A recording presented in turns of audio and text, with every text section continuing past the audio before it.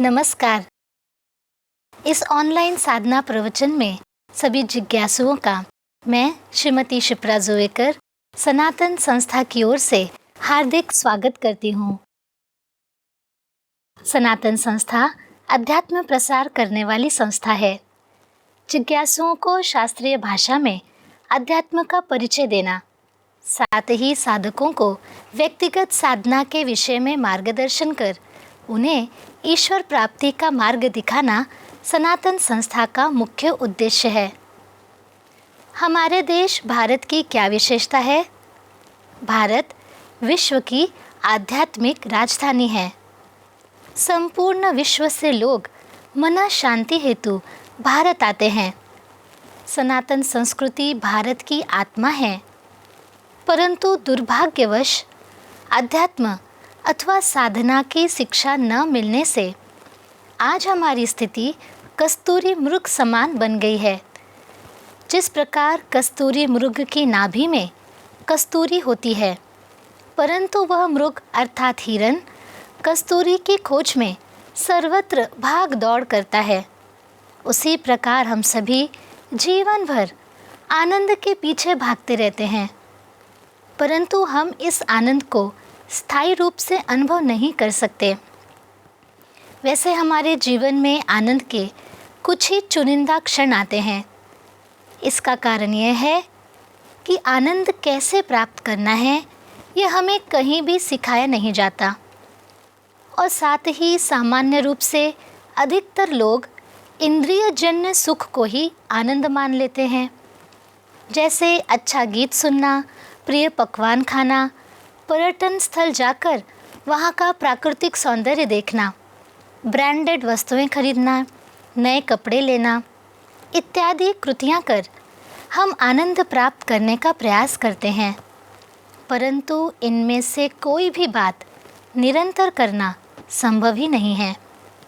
इसीलिए कुछ काल के पश्चात हमें उनसे भी आनंद नहीं मिलता तथा उससे मन अस्वस्थ अथवा निराश बन जाता है। और आगे क्या होता है? कुछ लोगों के जीवन में निराशा इतनी बढ़ जाती है कि वे किसी व्यसन के अधीन हो जाते हैं अथवा आत्महत्या करने जैसा अनुचित कदम तक उठा लेते हैं। अब मैं आपको इस निराशा का मुख्य कारण बताती हूँ। आनंद आत्मा को होने वाला अनुभव है, यही हमें ज्ञात नहीं होता, परंतु जब व्यक्ति सत चित आनंद स्वरूप ईश्वर के निकट जाने का प्रयास करता है, उस समय उस व्यक्ति की आनंद अवस्था में वृद्धि होती है। अर्थात यह सब अनुभव करने का प्रत्यक्ष कृति की अनुभूति लेने का विषय है।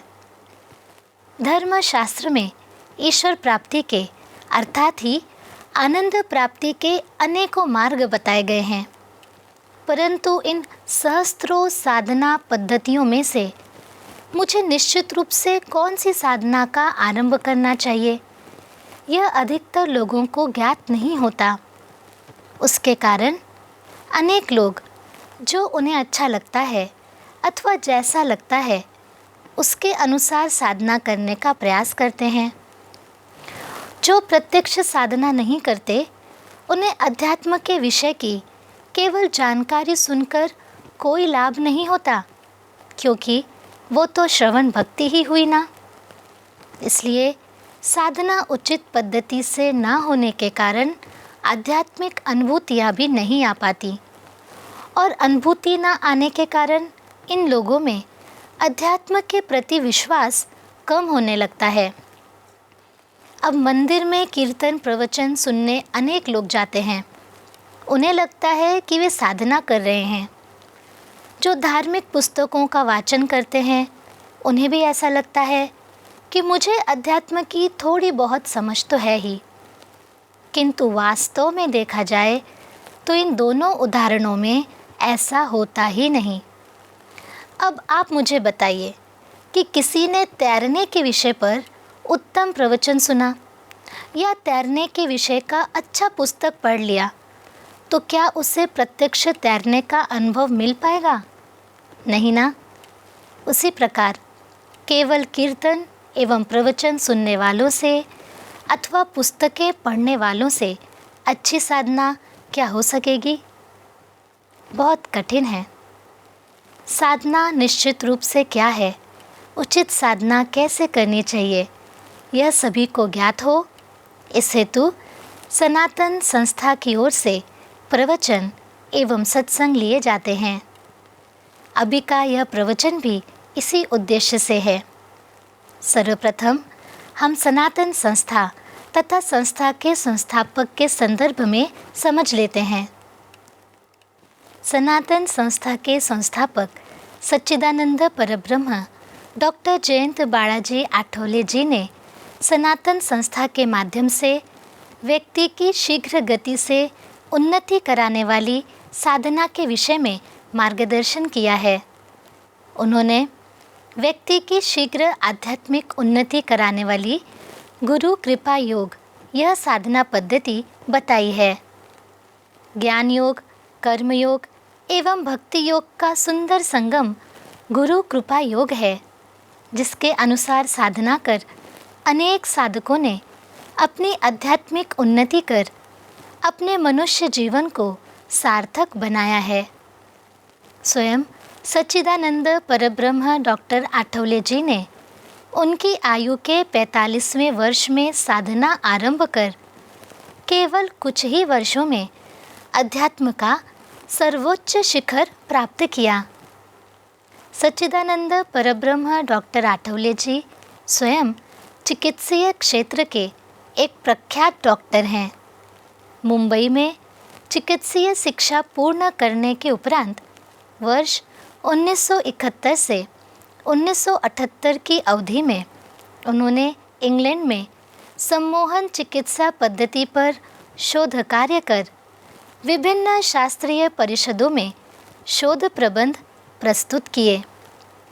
वर्ष 1978 में मुंबई वापस लौटने के उपरांत उन्होंने सम्मोहन चिकित्सा विशेषज्ञ के रूप में व्यवसाय आरंभ किया। साथ ही अपना शोध कार्य भी जारी रखा। वर्ष 1982 में उन्होंने भारतीय चिकित्सीय सम्मोहन एवं शोध संस्था नाम से संस्था की संस्थापना कर इस विषय पर एक जनरल अर्थात नियतकालिक आरंभ किया।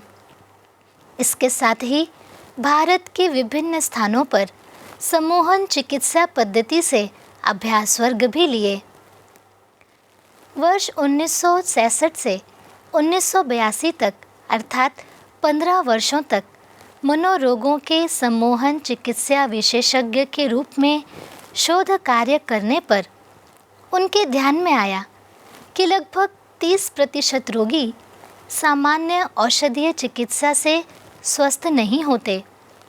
उनमें से कुछ लोग तीर्थ स्थलों को जाकर, कुछ लोग किसी संत के पास जाकर तथा कुछ लोग नारायण नागबली जैसे धार्मिक अनुष्ठान करने के उपरांत स्वस्थ हो गए। सच्चिदानंद परब्रह्म डॉक्टर आठवले जी में मूलतः ही जिज्ञासु वृत्ति है। इस कारण उन्होंने इन सभी रोगियों का अध्ययन किया। तब उनके यह ध्यान में आया कि शारीरिक एवं मानसिक चिकित्सीय शास्त्रों की अपेक्षा उच्च श्रेणी का एक शास्त्र है और वह है अध्यात्म शास्त्र। उस समय अर्थात वर्ष 1982 में विज्ञान की मर्यादाएं उनके ध्यान में आईं तथा वे अध्यात्म का शोध करने लगे। उनकी जिज्ञासु वृत्ति के कारण उन्होंने अध्यात्म शास्त्र का गहन अध्ययन किया। अनेक संतों के पास जाकर उन्होंने अपनी शंकाओं का समाधान किया, स्वयं साधना की तथा प्राप्त ज्ञान का उपयोग केवल रोगियों को ही नहीं अथवा सभी को हो। इसलिए वर्ष 1987 में उन्होंने अध्यात्म शास्त्र पर एक ग्रंथ लिखा। तब से आरंभ उनका ग्रंथ लेखन का कार्य आज भी अविरत जारी है। दिसंबर 2023 तक सनातन के 364 ग्रंथों की मराठी, हिंदी, अंग्रेज़ी, गुजराती, कन्नड़, तमिल, तेलुगु, मलयालम, बंगाली, उड़िया, असमिया, गुरुमुखी एवं नेपाली, इन 13 भाषाओं में 94,93,000 प्रतियां प्रकाशित हुई हैं। उनकी प्रेरणा से साधना सत्संग, बाल संस्कार वर्ग, सनातन प्रभात नियतकालिक, जालस्थल अर्थात वेबसाइट, ग्रंथ, साथ ही शोध कार्य जन्य साहित्य जैसे सभी माध्यमों से अध्यात्म प्रसार का कार्य व्यापक रूप से चल रहा है। मैं आप सभी से एक प्रश्न पूछती हूँ। हम सभी अपने अपने काम छोड़कर आज यह प्रवचन क्यों देख रहे हैं? वह इसलिए कि यहाँ कुछ सीखने को मिलेगा तथा उससे हमें सुख मिलेगा। इस अपेक्षा से आप यह प्रवचन देख रहे हैं। कीड़े चींटियों से लेकर विकसित मनुष्य तक प्रत्येक प्राणी, प्रत्येक मनुष्य सर्वोच्च स्तर का सुख अर्थात आनंद निरंतर कैसे मिले, इसके लिए ही भागदौड़ करता है। आनंद निश्चित रूप से क्या होता है, इसकी परिभाषा हम आज ध्यान में रखेंगे। सर्वोच्च एवं निरंतर टिके रहने वाले सुख को आनंद कहते हैं तथा आनंद की प्राप्ति करना हमारे जीवन का एकमात्र उद्देश्य होता है। विद्यालयों, महाविद्यालयों में अनेक विषय तो सिखाए जाते हैं, परंतु आनंद कैसे प्राप्त किया जाता है यह सिखाया नहीं जाता। इसी आनंद को देने वाला शास्त्र है अध्यात्म शास्त्र। सवेरे नींद से उठने पर हमारी इच्छा क्या होती है कि आज का दिन आनंदित हो, परंतु हमारे सामने क्या रखा होता है?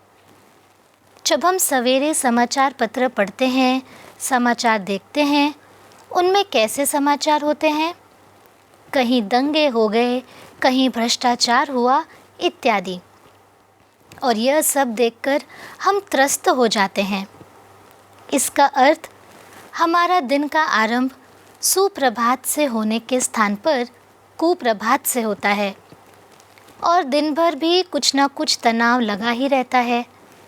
बिजली है तो पानी नहीं है, किसी को दवाखाना ले जाना पड़ता है, किसी के घर में निराशा होती है, नौकरी अथवा व्यवसाय होता है परंतु शांति नहीं होती, निरंतर भागदौड़ करनी पड़ती है।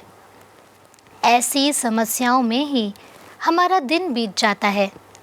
तो ऐसी स्थिति में, इन सब परिस्थितियों में दुखी ना रहकर आनंदित कैसे रहना चाहिए, यह हमें कौन सिखाता है? विज्ञान इसे सिखा नहीं सकता, अपितु अध्यात्म शास्त्र सिखाता है। इसे ध्यान में लेना आवश्यक है। इसी के साथ कभी कभी कुछ प्रासंगिक घटनाएं होती हैं, हर एक व्यक्ति के जीवन में होती है। हमारे किसी संबंधी, मित्र, निकटतम लोग, पड़ोसी, ऐसे किसी की अकाल मृत्यु हो जाती है, दुर्घटनाएं होती हैं। किसी का विवाह ही नहीं होता तो किसी को संतान नहीं होती, किसी को नौकरी नहीं मिलती तो किसी का व्यवसाय ही नहीं चलता। चाहे कितने भी प्रयास क्यों ना किए जाएं, परंतु असफलता ही हाथ लगती है। ऐसा क्यों होता है? इसके कारण विज्ञान हमें बिल्कुल नहीं बता सकता। इन समस्याओं की तीव्रता कैसे कम करनी चाहिए, यह हमें कौन सिखाता है? तो वो है अध्यात्म शास्त्र। अब आपको समझ में आया ही होगा कि अध्यात्म का अन्य कोई विकल्प तो है ही नहीं। हमें यदि हमारे जीवन को आनंदमय बनाना है तो विज्ञान नहीं बना सकता, अपितु अध्यात्म ही बना सकता है।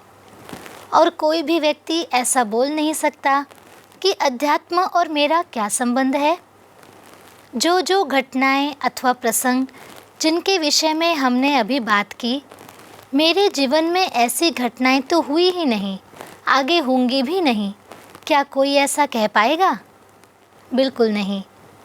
इसलिए आज हम इस प्रवचन के माध्यम से काल के अनुसार आवश्यक गुरु कृपा योग के अनुसार साधना के एक एक चरण समझ लेने वाले हैं। इसके आगे का मार्गदर्शन करने हेतु मैं सनातन संस्था के धर्म प्रचारक संत सद्गुरु नंद कुमार जादव जी के चरणों में प्रार्थना करती हूँ कि वे हमें आगे का मार्गदर्शन करें। सभी को नमस्कार। हमारे पूज्य गुरुदेव जी तथा सनातन संस्था के संस्थापक परात्पर गुरु डॉक्टर जयंत आठवले जी के चरणों में प्रणाम कर मेरे विषय का आरंभ करता हूं।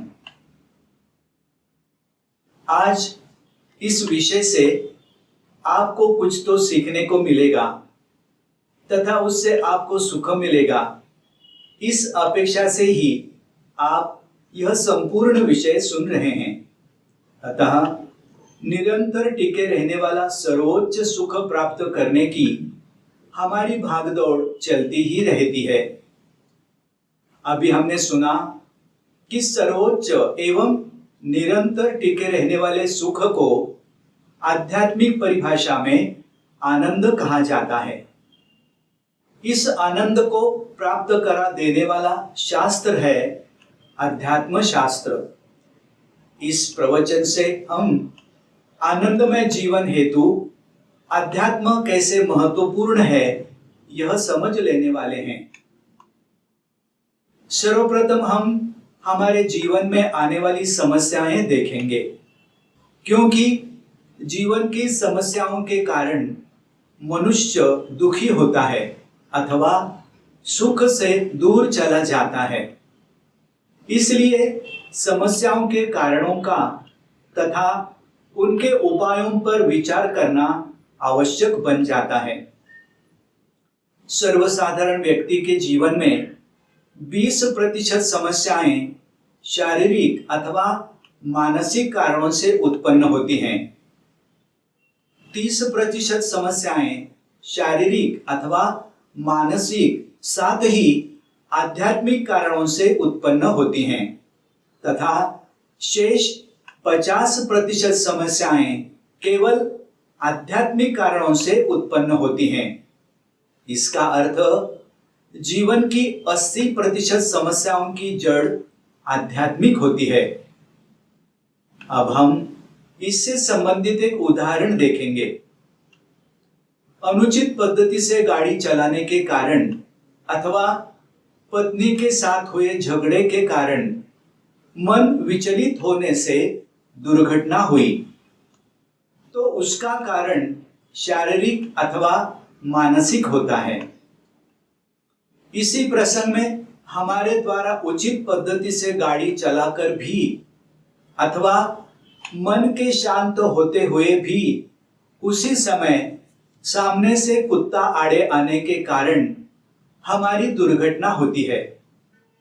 उसके कारण शारीरिक पीड़ा होती है।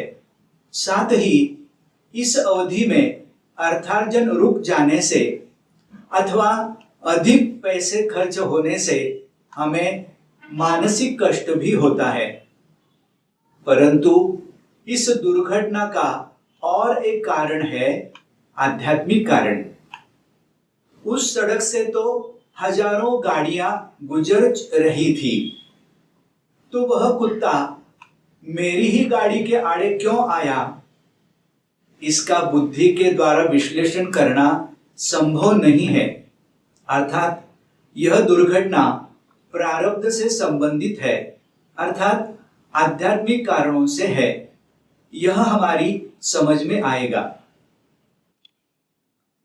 इन आध्यात्मिक कारणों से उत्पन्न समस्या हेतु आध्यात्मिक उपाय करना अर्थात साधना करना आवश्यक होता है। साधना के कारण इन आध्यात्मिक समस्याओं का समाधान होता है अथवा उससे उत्पन्न दुख सहन करने की अर्थात प्रारब्ध भोगने की शक्ति मिलती है। आप में से कुछ लोगों के मन में यह प्रश्न उठेगा कि साधना क्या है? तो भगवत भक्ति हेतु अथवा ईश्वर प्राप्ति हेतु आध्यात्मिक परिभाषा में कहा जाए तो मोक्ष प्राप्ति हेतु प्रतिदिन जो प्रयास किए जाते हैं उसे साधना कहा जाता है। माया की कामना रखकर साधना करने वालों को सुख मिलता है, साथ ही उनका दुख घट जाता है। जबकि ईश्वर भक्ति की निष्काम साधना कर अध्यात्म की आनंद अवस्था का अनुभव करना संभव होता है। अब हमें कौन सी साधना करनी चाहिए, यह प्रश्न हमारे मन में उठ सकता है। ईश्वर प्राप्ति हेतु आवश्यक साधना प्रत्येक युग में भिन्न पद्धति की बताई गई है। सत्य युग में सात्विकता अधिक होने से उस समय वेद उपनिषदों के अर्थ समझ में आना संभव था। उस समय ज्ञान मार्ग से ईश्वर का स्वरूप समझ लिया जाता था। त्रेता युग में लोग ध्यान मार्ग से तपस्या करते थे। हमने यह सुना होता है कि भगीरथ के द्वारा 45,000 वर्ष तपस्या करने से गंगा जी का पृथ्वी पर अवतरण हुआ। द्वापर युग में सात्विकता और अल्प हुई। उस समय यज्ञादि कर्मकांड मुख्य साधना पद्धति थी। उस समय यज्ञ कर देवताओं को प्रसन्न कर लिया जाता था। आज के इस कलयुग में सात्विकता बहुत अल्प होने के कारण लोगों को वेद उपनिषदों के अर्थ समझ में आना तो दूर, अपितु संस्कृत भाषा भी समझ नहीं आती। हम यदि ध्यान लगाए बैठ गए तो 1 मिनट तक भी हमारा ध्यान न लगकर हमारा मन निर्विचार नहीं होता, क्योंकि रजतम प्रधान विचारों को रोकना कठिन है। यज्ञ या कर देवताओं को प्रसन्न करना हो तो आज के समय में यज्ञ हेतु तो आवश्यक सात्विक पुरोहित कहीं पर भी नहीं है। तो कलयुग में कौन सी साधना करनी चाहिए, यह प्रश्न आपके मन में उठेगा। सभी संतों ने बताया है कि कलियुगी नामची आधार। कलियुग में भगवान का नामस्मरण ही सर्वश्रेष्ठ साधना है।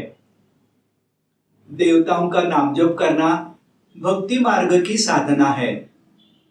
कलियुग के अधिकतर सभी संत भक्ति मार्गी हैं, क्योंकि कलियुग में ईश्वर को प्रसन्न करने का वह सबसे सरल मार्ग है। श्रीमद् भगवत गीता में स्वयं भगवान श्री कृष्ण ने यज्ञानाम जप यज्ञोस्मि अर्थात यज्ञों में जाप यज्ञ सर्वश्रेष्ठ है ऐसा कहा है। भगवान के नाम जप की विशेषता यह है कि उसके लिए स्थल एवं काल का कोई बंधन नहीं है। इसका अर्थ उठते बैठते, यात्रा करते समय, घर के अथवा कार्यालय काम करते समय भी हम नामस्मरण कर सकते हैं। अब कुछ लोगों को ऐसा लगेगा कि हम तो भगवान का कुछ न कुछ करते ही हैं। हम पूजा अर्चना करते हैं, तीर्थ स्थल जाते हैं, पोथी वाचन करते हैं, विभिन्न व्रत करते हैं, उपवास इत्यादि करते हैं। सचमुच आप यह सब जो कर रहे हैं वह भगवान की भक्ति साधना ही है, परंतु अध्यात्म में हम अगले अगले स्तर तक पहुंचते हैं अथवा नहीं, यह देखना भी महत्वपूर्ण होता है। जैसे व्यावहारिक शिक्षा में पहली कक्षा से दूसरी कक्षा में तथा दूसरी से तीसरी कक्षा में जाना महत्वपूर्ण होता है, वैसे ही अध्यात्म में उन्नति करना आवश्यक होता है। अनेक लोग अध्यात्म से संबंधित कथाएं, कीर्तन, प्रवचन एवं व्याख्यान सुनते हैं, साथ ही ग्रंथ वाचन करते हैं, परंतु उसका उतना क्रियान्वयन नहीं करते। अध्यात्म में सैद्धांतिक विषय को समझ लेना महत्वपूर्ण नहीं है, अपितु अध्यात्म का जीवन में जो महत्व है उसे समझ लेना तथा उसके अनुसार प्रत्यक्ष साधना कर उसका अनुभव करना अर्थात अध्यात्म जीना महत्वपूर्ण है। अध्यात्म क्रियान्वयन का शास्त्र है। अध्यात्म में सैद्धांतिक ज्ञान का 2% महत्व है तथा प्रत्यक्ष क्रियान्वयन का अर्थात साधना का 98% महत्व है। इसलिए संत ज्ञानेश्वर महाराज जी ने कहा है, एक तरी ओवी अनुभवावी। संक्षेप में बताना हो तो अध्यात्म आध्यात्मिक अनुभूति का शास्त्र है। साधना के बिना अनुभूतियां नहीं होंगी। आज के पहले प्रवचन में हम पितृऋण तथा पितृऋण चुकाने हेतु नामजप का महत्व समझ लेने वाले हैं। हमारी हिंदू संस्कृति में मातृ पितृ पूजन का अत्यंत महत्व है। हिंदू धर्म में जो 4 ऋण बताए गए हैं उनमें पितृऋण एक महत्वपूर्ण ऋण है। जीते जी माता पिता की सेवा करना तथा उनकी मृत्यु के उपरांत पितृलोक से उन्हें मुक्त करने हेतु श्राद्ध आदि अनुष्ठानों के द्वारा पितृऋण से मुक्त हुआ जा सकता है। हम अपने पूर्वजों की पैतृक संपत्ति का तो उपयोग करते हैं, परंतु उन्हें पितृलोक से मुक्ति मिलने हेतु कुछ नहीं करते। ऐसा होना अच्छा नहीं है। व्यक्ति की मृत्यु से पूर्व उसकी माया में स्थित इच्छा वासनाएं यदि अतृप्त रही हो तो उसकी लिंग देह को सद्गति नहीं मिलती। ऐसे जीवों के लिंग देह अतृप्त रहते हैं तथा वे भूवरलोक में अर्थात पितृलोक में फंस जाते हैं। जो लोग पूर्वजों का स्मरण रखकर उन्हें सद्गति मिले इस उद्देश्य से नियमित रूप से श्रद्धा पूर्वक श्राद्ध आदि कृत्य करते हैं, उनका निश्चित रूप से कल्याण होता है। आज के आधुनिक काल में तो हमें हमारे पूर्वजों के विषय में कृतज्ञता की भावना भी नहीं रही। अधिकतर लोग पूर्वजों की मुक्ति की ओर दुर्लक्ष्य करते हैं। इस कारण हमारे पूर्वज हम पर क्रोध करते हैं और हम उनकी मुक्ति के लिए कुछ तो प्रयत्न करें, इस उद्देश्य से वे हमारे सांसारिक जीवन में अड़चनें निर्माण करते हैं। इन अड़चनों से छुटकारा पाने के लिए लोग अपने पूर्वजों की मुक्ति के लिए प्रयत्न करने लगते हैं। जो पूर्वजों का स्मरण रखकर नियमित श्रद्धा पूर्वक धार्मिक कृति करते हैं, उनका कल्याण निश्चित ही होता है। प्रवचन के आरंभिक सूत्रों में हमने मनुष्य जीवन में 80% समस्याएं आध्यात्मिक स्वरूप की होती है, यह समझ लिया था। पितृदोष यह समस्याएं आध्यात्मिक स्वरूप की हैं। पूर्वजों के कष्टों के लक्षण अब हम समझ कर लेते हैं।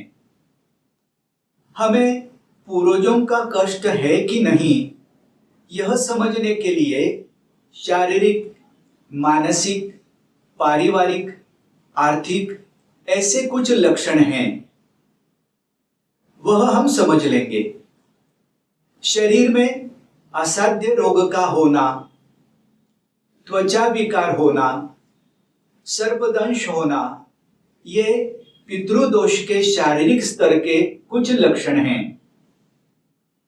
मन अशांत, अस्वस्थ रहना, भय लगना, चौंक जाना, नींद में बड़बड़ाना, आभास होना, बुरे स्वप्न दिखना, नींद न आना, वैवाहिक कार्य में अड़चने आना, विवाह हुआ तो पति पत्नी की आपस में न बनना, बनती हो तो गर्भधारणा न होना, बारंबार कारण न होते हुए भी गर्भपात होना, समय से पूर्व बच्चे का जन्म लेना, मंद बुद्धि अथवा विकलांग बच्चे का जन्म लेना, बचपन में ही बच्चे की मृत्यु होना, पैसा होकर भी घर में शांति न होना, पैसे की कमी इत्यादि इस प्रकार के कष्ट होते हैं। इन लक्षणों का अध्ययन किया तो ध्यान में आएगा कि कलयुग में अल्प अधिक मात्रा में सभी को पूर्वजों का कष्ट रहता है। इन कष्टों का निवारण हो और पितरों को गति मिले, इसलिए सबसे सरल और सहज उपाय है कि सभी प्रतिदिन श्री गुरुदेव दत्त इस प्रकार नाम जप करें। अब हम समझ लेते हैं दत्त भगवान का नाम जप कितना करें। अभी जो हमने पूर्वजों के कष्ट देखे, वैसे किसी भी प्रकार का कष्ट न होता हो तो भविष्य में भी न हो, इसलिए न्यूनतम 1 से 2 घंटे दत्त भगवान का नाम जप करें। मध्यम कष्ट हो तो 2 से 4 घंटे नाम जप करें और गुरुवार को दत्त भगवान के मंदिर में जाकर 7 प्रदक्षिणा करें। यदि कष्ट तीव्र हो तो 4 से 6 घंटे नाम जप करें। किसी ज्योतिर्लिंग के तीर्थ स्थान में जाकर नारायण नाग बलि, त्रिपिंडी श्राद्ध, काल सर्प शांति जैसी विधियां इस क्षेत्र के अधिकारी व्यक्ति को पूछकर ही करें। साथ ही किसी दत्तात्रेय भगवान के क्षेत्र में रहकर साधना करें अथवा संत सेवा कर उनका आशीर्वाद प्राप्त करने का प्रयास करें। अब समझ लेते हैं भगवान दत्त के नाम जप का महत्व।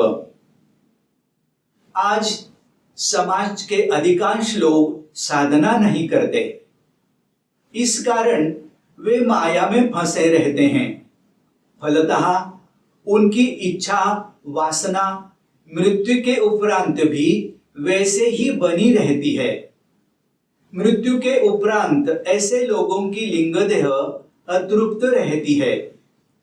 ऐसे अतृप्त लिंग देह मर्त्य लोक में अर्थात मृत्यु लोक में अटक जाती हैं।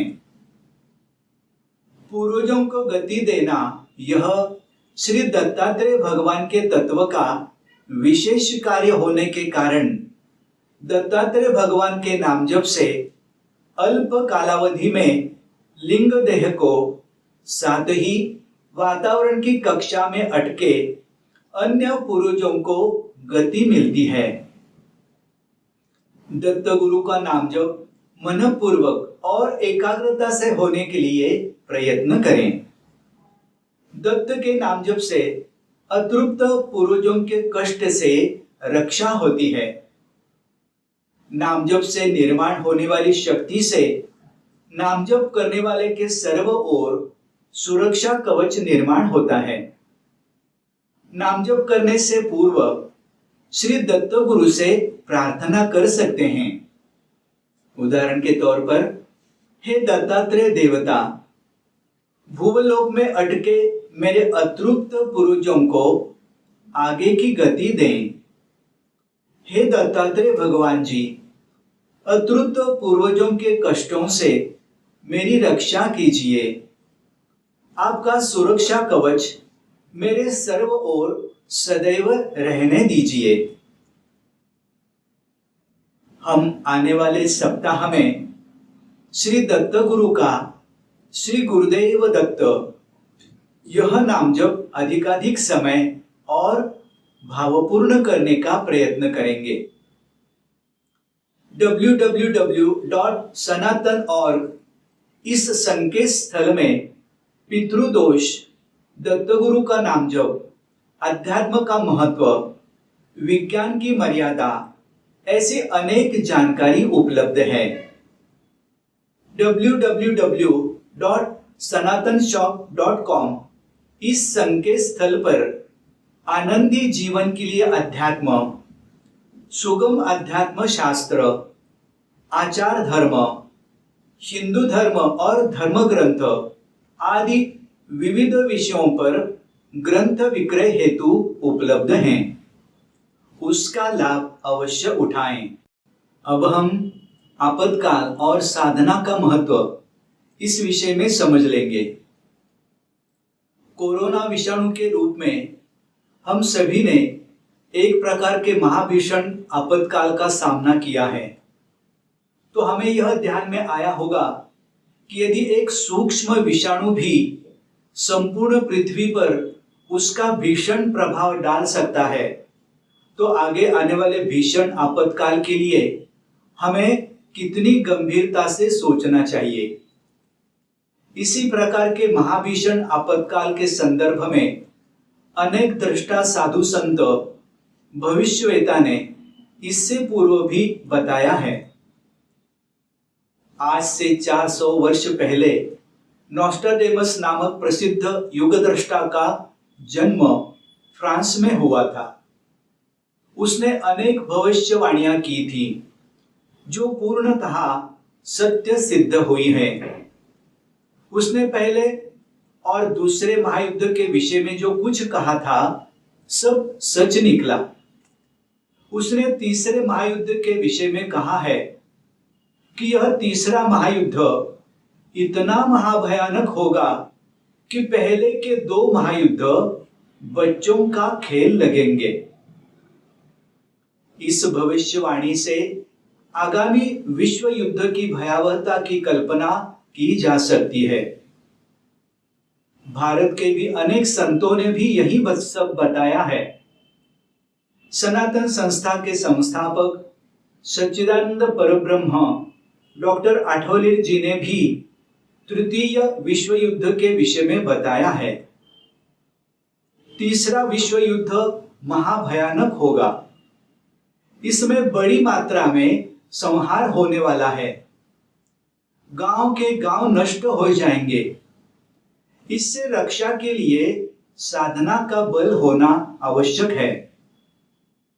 वर्ष 2020 से 2024 का समय आपातकाल और युद्धकाल होगा। वर्ष 2025 में हिंदू राष्ट्र अर्थात राम राज्य समान ईश्वरीय राज्य की स्थापना होगी। इन उदाहरणों से हमें ध्यान में आएगा कि आपातकाल का आरंभ हो गया है और कोरोना महामारी के माध्यम से इसकी केवल एक झलक हम सभी ने देखी है। कोरोना के आने से पूर्व किसी ने विचार भी नहीं किया होगा कि कोई सूक्ष्म विषाणु संपूर्ण विश्व का व्यवहार ही ठप कर देगा। किंतु संत त्रिकालदर्शी होते हैं। वे कुछ संकेत देकर हमें सावधान करते हैं। ये संकेत पहचान कर संतों का आज्ञा पालन किया तो आपातकाल सुसह्य होगा। किसी के मन में प्रश्न उठता है कि आपातकाल क्यों आता है? तो आपातकाल यह कालचक्र का परिणाम है। कलयुगांतर्गत कलयुग समाप्त होकर कलयुगांतर्गत सत्ययुग आरंभ होने का यह काल है। इसे संधि काल कहा जाता है। बाह्यतः यह काल कठिन दिख रहा होगा, तब भी इस काल में साधना करने से उसका आध्यात्मिक फल अनेक गुना मिलता है।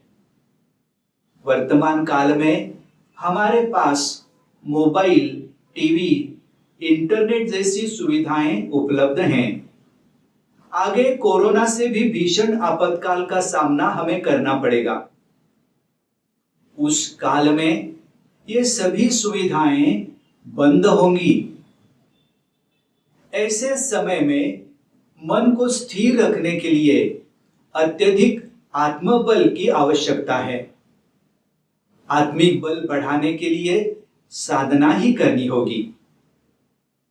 आपातकाल में भगवान भक्तों की रक्षा करते हैं। साधना का बल होगा तो ईश्वर कैसे संभालते हैं, भक्तों की रक्षा के लिए स्वयं अवतार लेते हैं।